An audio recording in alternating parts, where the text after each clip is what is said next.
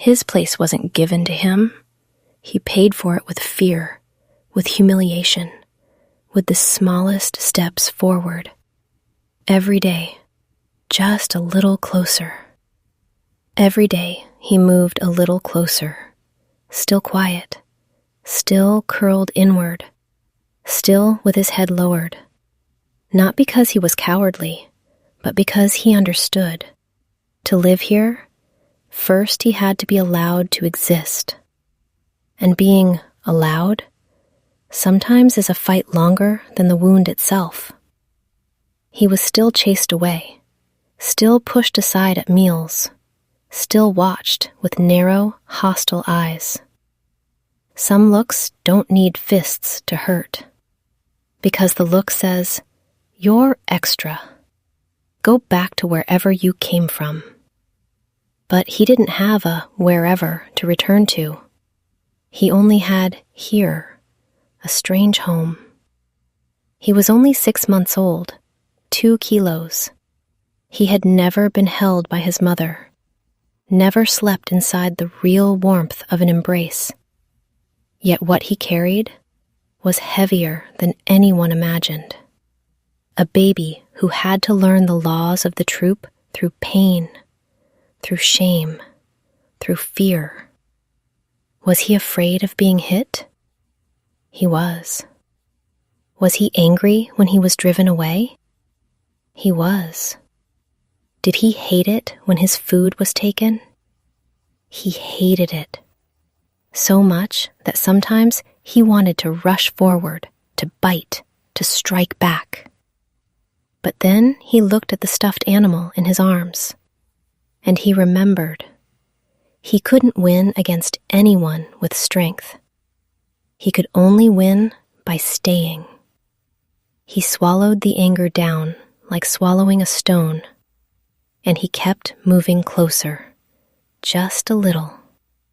Closer meant accepting being driven off, but it also meant a chance to see something different. Was he still scared? Yes, but courage inside him began to grow, not loudly, not explosively, just as a daily habit of stepping back one less step. He believed his persistence would be understood, that one day they would stop looking at him like a stranger. And then, very small things began to change.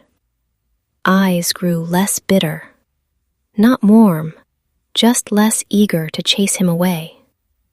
The baby monkeys began to come closer, taking the small scraps from his hand.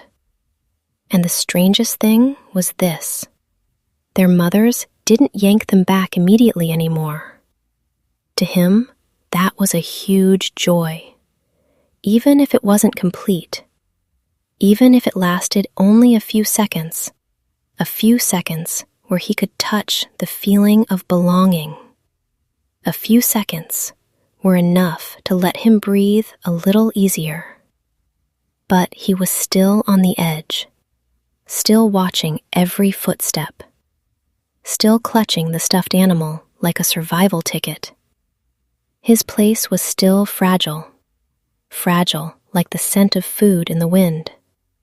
One irritated adult, and everything could fall back to zero. He knew that. He wasn't dreaming. He just refused to give up.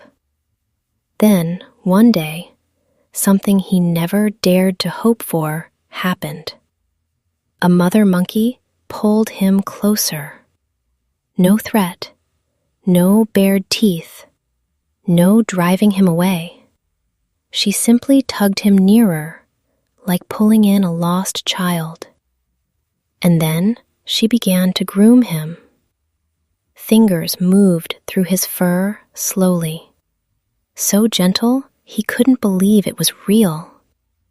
He stayed perfectly still, not daring to move, afraid that if he moved even once, the miracle would break. The comfort on his skin was only part of it. Inside him, it was an entire happiness. Because grooming isn't just grooming. Grooming is a wordless sentence. You can be here. He closed his eyes and let it happen. For those few short minutes, he was no longer the one being chased, no longer the one begging, no longer a shadow. He was simply a baby being touched like a member.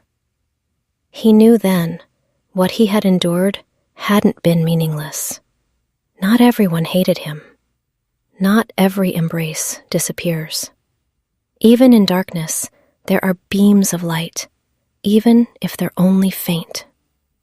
That night, he held the stuffed animal and didn't cry. Not because the pain was gone, but because he had something new to hold inside his heart. A sign that tomorrow, he might be able to stand a little closer. And he whispered to himself, like a life or death promise, keep going.